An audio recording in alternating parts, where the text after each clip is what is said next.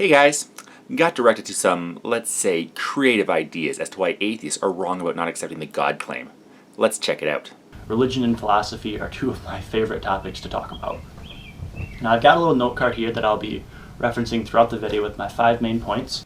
Ha! Guy needs to refer to his notes to keep his thoughts straight, unlike me, who obviously has everything memorized, open bracket, give smug look to camera, wait a beat, resume talking, close bracket. Damn it, cue cards! Seriously? Yeah, sometimes we do need assistance keeping our thoughts straight. True. It's the arguments that matter, not the presentation. So, let's see what arguments you have against those of us that don't accept the claims of a deity. Now the first issue that I have with atheism is that it seeks to prove other religions wrong rather than prove itself right. The goal of atheism doesn't seem to be so much to prove that there is no God or prove that there is no creator or universal consciousness or life after death, right? That when we die, it's eternal blackness and wants to prove karma wrong and all that sort of thing. That's not so much their goal, but rather to prove that people who believe that are wrong because their beliefs are not founded in scientific basis. Well, to start with, I don't claim there is no God. I simply say that I find the claims that there is one lacking in substantial evidence behind them.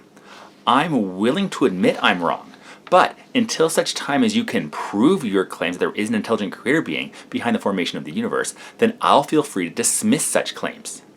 Atheism is just the null argument, stating there is, so far, no reason to accept the claims of a deity. If you want us to accept your claims, you need to give us some kind of reason to accept them. Atheism can't be proven right. It can only be proven wrong by showing that a deity exists. If I was to say that there are definitely no gods out there, then I would have to defend my point. But my position that no compelling evidence for an intelligent creator being has been brought forward can easily be dismissed if evidence is brought forward. Atheism builds a lot of its claims about the world on science, right? And I have 2 big issues with this. First, it is not a very compelling argument, right? It's a very bold claim to make, to tell someone to turn away from their eternal salvation, or really their moral guidance system, right? Because that's what a lot of people use religion for. No. First off, if you want to believe, you go ahead and believe. As long as it doesn't affect anybody else, you should feel free to believe whatever you want. Just don't think anybody else should believe it or use that belief to harm others. If believing gets you through your day, you should have every right to believe. And atheists don't need to believe only in science. The majority do, but as a strict definition, to be an atheist means only that you don't accept the idea of a deity. Atheists can, and some do, believe in concepts not proven by science, like souls, ghosts, or the idea of a Night Ranger song that people can genuinely enjoy. On the very basis that their ideas aren't founded in scientific data, basically, in scientific studies, right? So I think it's kind of hard to just turn from everything that maybe you've been raised with into something just because it hasn't been proven in a study, right? It can be hard to get rid of personal biases. I'm sure that I have biases that I don't even realize that I hold. That's why I try to question my motivations and ask myself what personal predispositions I might have that may influence my decisions. It's important to remember, just because somebody has a personal bias doesn't mean that bias is true. Things are true whether they've been proven or not. Gravity pulled objects together before anybody knew that distortions caused by mass was a thing. Or, really, before even people were a thing. But I have no reason to accept claims that haven't been proven true. It used to be believed that rainbows were caused by Iris, and now we know that it was caused by Yahweh making covenant not to destroy the world by flood again. Or, refractions of light through water in the air, but hey, 6 to 1. And my second issue with this particular approach towards your philosophy of the human experience and the world, and that there is no God, and there's no creator, and then death is the end, and no universal consciousness and all of that, is that it really ignores the subjectivity of the human experience, right? We are all experiencing the world differently based on the way that we've been raised, based on the way that we have, based on the experiences we've had, whether they be spiritual in nature, whether they be divine in nature, near-death experiences, all that sort of thing. It really ignores that and just says we need to only rely on science for our understanding of the world. The problem with using subjective experiences to determine what is true is that humans are fallible. That's why peer-reviewed testing is needed, rather than things like subjective experiences. Yes, well, one person could be fallible, it stands to reason that a group can be as well. But you're less likely to lean on personal biases that you mentioned before if you have to prove it to others. If you can show, through repeated experimentation, and that this work can be duplicated, then we can say with some degree of accuracy that a claim is true. Scientists test their work over and over and over again to prove or disprove a theory. They do not let personal biases affect their outcome, only the results of those tests matter. You may want there to be a universal consciousness or hope that death isn't the end. Lots of people want that. But no matter how much you want something, that doesn't mean it will be true. I guess I have a point 3 about that as well. It places all meaning in science as well. It basically says, atheism basically says that your belief system is meaningless because it is not supported by scientific evidence. And the fact of the matter, guys, is that the only person who can give meaning to anything in your life is you, right? You are the only person who can give value to things. If you think that science is the only way that you can give meaning to something, it is very likely that you will live a very depressing life. I don't need either science nor religion to give my life meaning. Science is a method of working out an explanation for an observation or for determining what is true or not. But meaning, what I want to do with my life, what I find important, that's something that I can decide on my own. Science is a way of understanding the world, but how we choose to live, what we find important, well, that's up to us individually to decide. I give my life meaning by trying to be the best father to my children and best husband to my wife. This isn't scientifically proven, it's the choice I make, but no deity is required for that choice either. And yes, there are times in my life where I get depressed, and I do understand the desire for an intelligence with a plan for all of us in order to help make sense of the world we find ourselves in. But, as I've said, no matter how much we want something, just hoping it exists doesn't mean that it does. So, okay, now my second problem with atheism is that it ignores the fact that science is composed of theories, right? Science is composed entirely of theories. It is basically a system that humans have created to develop their understanding of the world. But it is a flawed system, it is not perfect. And the fact of the matter is that no scientific theory can be proven fully true, right? And that's a huge blind spot of atheism. They really want to rely on science, but the fact of the matter is that even if we are going to build our entire understanding of the world on this, we're going to build everything off of it, science is changing. It is not a static thing. Our understanding of the world is changing as time goes on, right? But again, at the end of the day, we cannot prove anything fully true with science, right? Yes, that's right. Scientists admit that we could be wrong about anything. Science is not about being 100% right. It's as being as right as we can be with the evidence that we do have.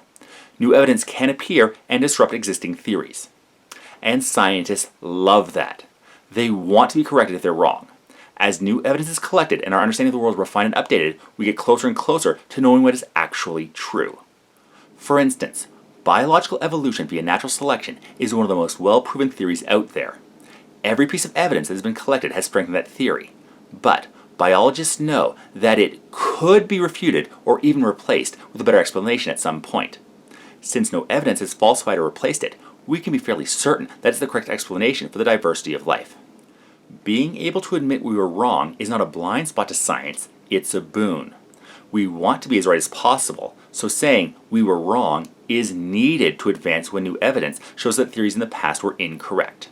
So yes, I could be wrong about a deity existing, and I'm willing to let evidence change my mind. What evidence do you have that would convince me?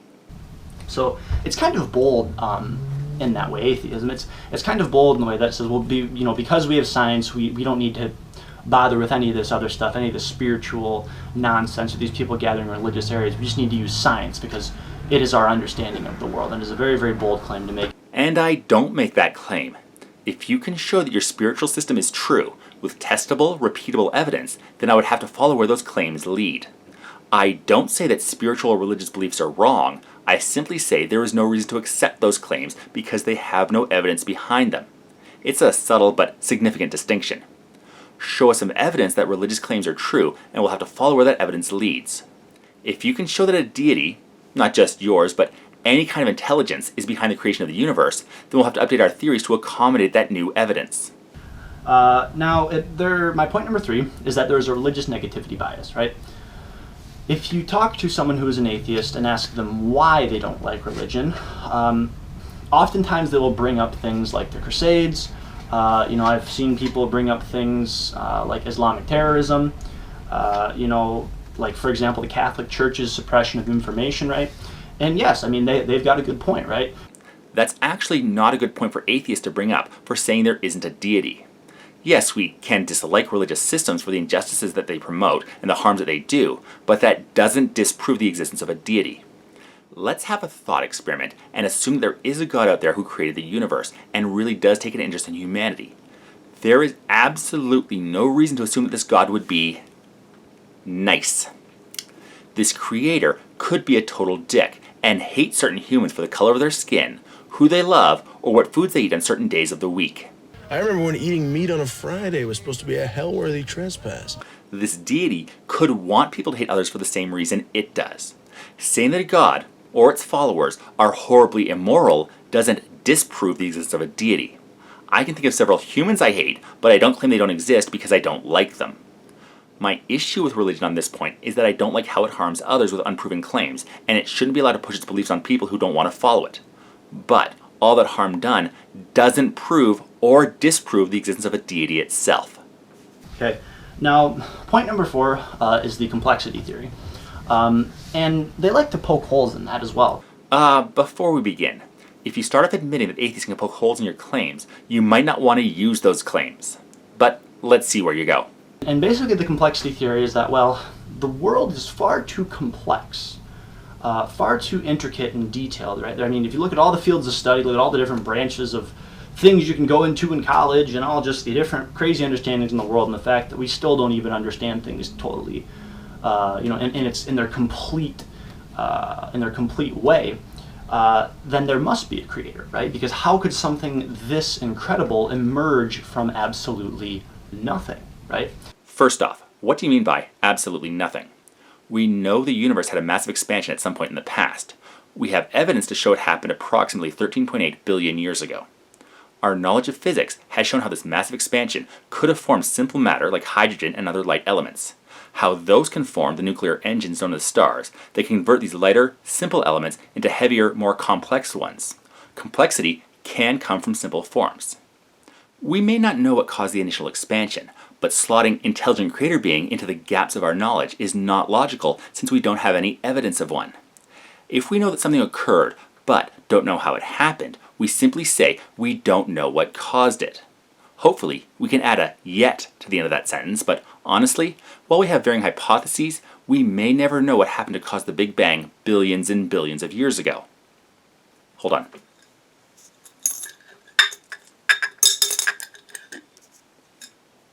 In the same way, we might not know how complex forms came from simpler ones, but we don't need to slot God into the gaps of our knowledge. And the atheist response to that is that because the world is complex, then there must be a thing that is more complex that created it. And if God is so complex that it created the world, then something must have created God. And it's this infinite loop. The infinite regress is simply showing the flaw in theist logic that complex things need to be designed by a creator. If, as you're claiming, complexity needs to be designed by a designer, that designer would necessarily need to be designed by something even more complex, meaning that your argument that complexity can only come from a designer cannot be sustained. And we know that complexity can come from simpler forms without the need for a designer. As I mentioned, heavier, more complex elements can be formed by the nuclear fusion found in stars. For a more local example, we can see that water wrapped around a speck of dust can result in the complex crystalline form known as a snowflake. Both of these examples show complexity come from simpler forms without the need of any intelligent design.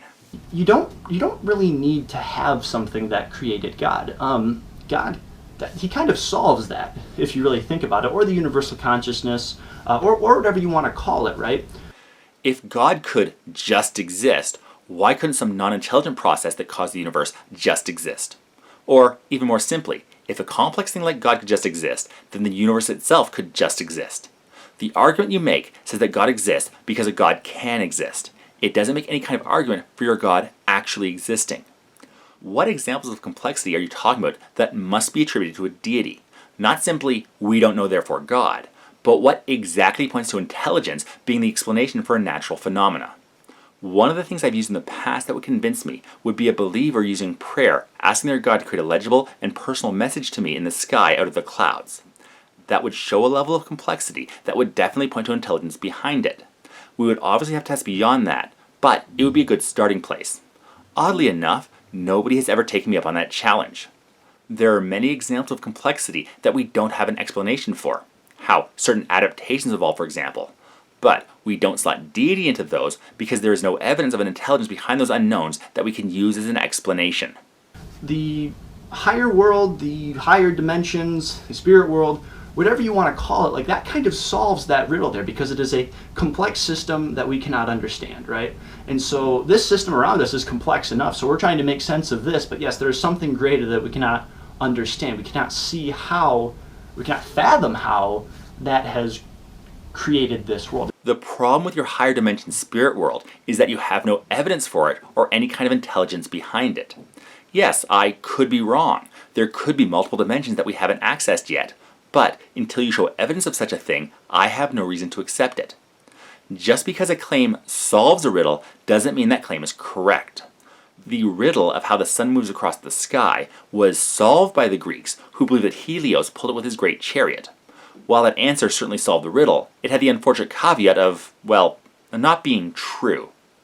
I would rather say, I don't know, than claim truth I don't have evidence for. And now my point number 5 is again that it ignores the subjectivity of experience, right? And this kind of goes back to what I was saying about meaning as well. But humans' experiences really are subjective, right?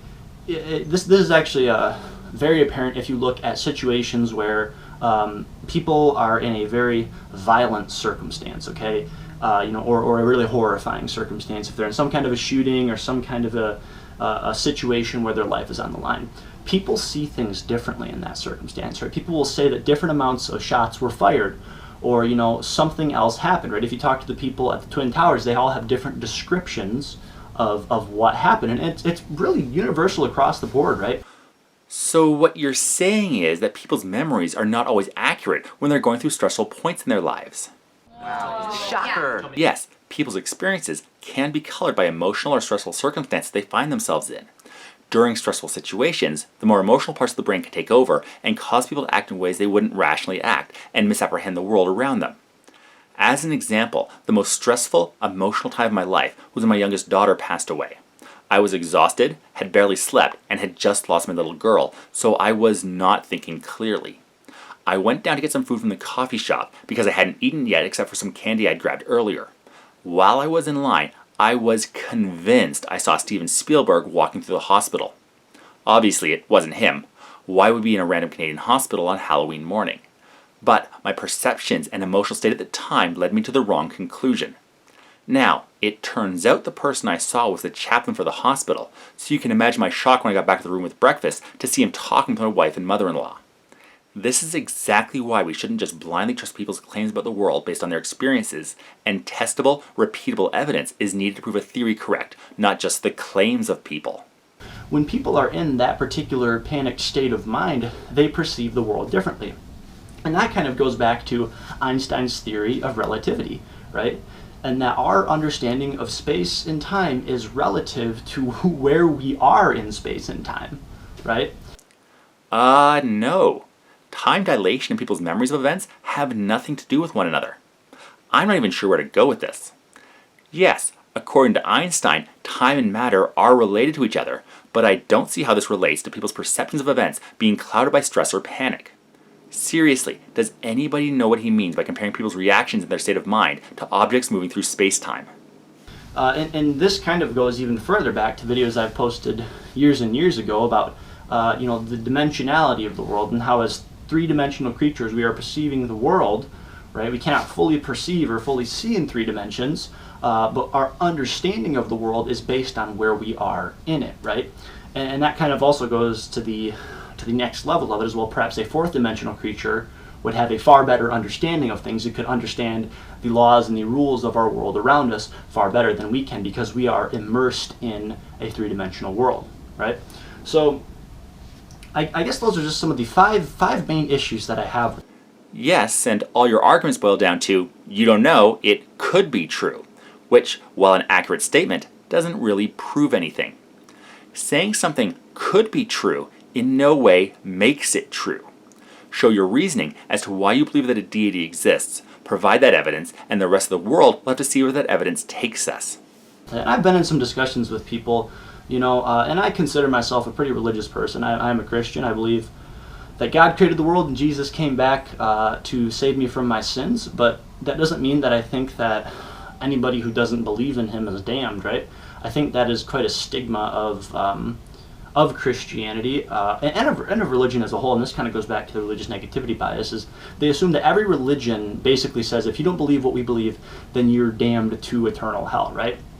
I kind of go more, I believe it's agnostic on that, which is I don't know, right? I don't know if, why would God have created the world and then damned 3/4 of the population just because they didn't believe it, or even more, whatever percentage of the population. But I kind of also go to a quote by, I believe, Dalai Lama on this, and I'm just going to paraphrase him. And he says that we need to stick to our own cultures, right? Kind of odd you're invoking the Dalai Lama here. He didn't say that nobody should ever leave their own religions, but rather you should be clear-headed and think about what different religions offer before just adopting one because it's fashionable. I simply take that one step further. I look at all the groups that claim some kind of divine revelation, including the ones in the culture I find myself in, and simply ask they provide some kind of confirmation for their beliefs before joining them. So far, none have been able to provide any evidence. It's not so much about just abandoning all of your ideas and then going to one particular belief system. It's kind of about staying with the people that you've been raised with and staying with the culture that you've been raised with. It's not about just throwing everything out the door and just going to one particular set of ideas. This is incredibly bad reasoning. We should always be willing to question the status quo of the culture we find ourselves in. If the culture I'm born into expects me to just believe what they believe, they had better give me some reason why. Just because an idea is tenacious doesn't mean it's right. I've told my kids if they think I'm wrong about something, they should disagree with me, but be willing to back up why they disagree. Questioning the accepted beliefs of the tribe we're born into has helped reduce xenophobia, ended the practice of owning slaves, brought about LGBT rights, and of course, questioning accepted wisdom has built our entire scientific knowledge base. I think all of these are good examples of progress, which could only occur if we didn't just blindly follow the culture we're born into. But, another thing too is that I don't find a whole lot of peace in the idea that there is just eternal black in death, right? I'm sorry that you don't like the idea of your life just ending, but again, the universe doesn't care what you or I like. I don't like the idea that in about 7.5 billion years, the sun will enter red giant phase, expanding and engulfing the Earth, and, as an average citizen, there isn't much I can do about it. But me not liking it doesn't mean it won't happen. You might not like things about the natural world, you might hate the idea that we're all going to die without any kind of afterlife, but the universe doesn't care how you feel about it. Wanting a god to exist because you're afraid of being dead will not bring one into existence. If anything, psychedelic substances have shown me that. But it really makes them so upset. They get so upset when anybody says anything about there being a higher world, because people can't. The only reason they're mad about it is because it can't be proven with science and it can't be observed with our 5 physical senses. But I mean, just look at all the things that are happening that we can't even perceive of. Right? Like, we have all these different pieces of equipment that can detect the invisible wavelengths of light, the different colors of light, that we can't actually see in the world around us. And like the radio waves, right? And the fact that sounds are wavelengths, but we can't perceive that they are wavelengths. And so we have these systems that are set up, right? There's all these spectrums that are going on around us. Just because there are things we can't perceive doesn't mean that everything we can imagine will exist. We know of different kinds of electromagnetic wavelengths, like radio waves, because they have been shown to exist. If I want a demonstration of radio waves, I can easily be given one with just a few pieces of equipment. Yes, people can have some amazingly intense psychedelic experiences on different substances, but that doesn't mean what you experienced is true. You want me to accept the idea of a higher world? You have to give me something to verify it. My science advisor spent a good portion of her graduate degree high as a kite, but when she had to prove her work, it took evidence and experimentation, and never just saying, I was wasted and had a vision that galectins are important to the maintenance of the renal phenotype in chicken embryos. Give me a master's degree. And some Doritos. Having experiences with substances that change your perceptions doesn't mean that everything you perceive under them is correct.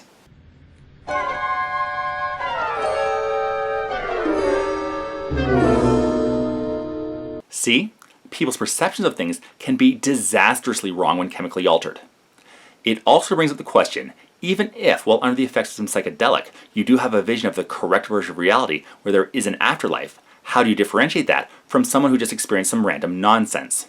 My friend Randy and I ate some magic mushrooms. Randy asked me, what do you think happens when you die? And I saw, with perfect clarity, how the afterlife works.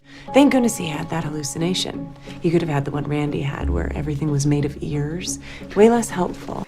In other words, how do you prove to the rest of us what you experienced on psychedelic substances are true? Or even, how do you prove to yourself what you experienced is true and not just some random hallucination? I kind of go back to Alan Watts again there. The world is composed of a whole bunch of different spectrums, right? We have 5 senses to detect what we have around us, but that does not mean that we can detect all of it, right? From the gamma rays to the sun, to even the quantum world, right? There is far so much happening around us that we do not have a immediate perception of. We just have tools that could be very flawed in nature that are kind of making sense of the world around us.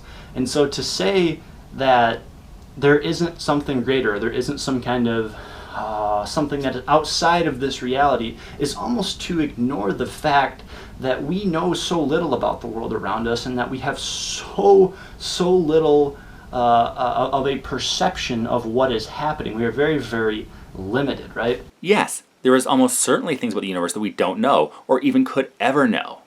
But that doesn't mean that we should just then accept God, or really anything that we don't know, as facts without any kind of evidence. You could just as easily say, since there are things out there we don't know, we should accept the entire Cthulhu mythos. But I very much doubt that. There are electromagnetic wavelengths out there that we can't perceive, so therefore there is an octopus-headed monstrosity living under the Pacific Ocean in the sunken city of Rylith is very much of a compelling argument. Bring something more substantial then, there could be something out there that we don't understand, therefore God exists. It's true.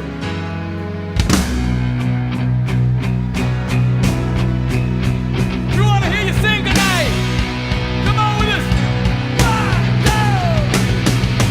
2. Motorin', what's your price for flight? And finding Mr. Right, you'll be alright tonight. Wow, I genuinely enjoy that song for some reason right now.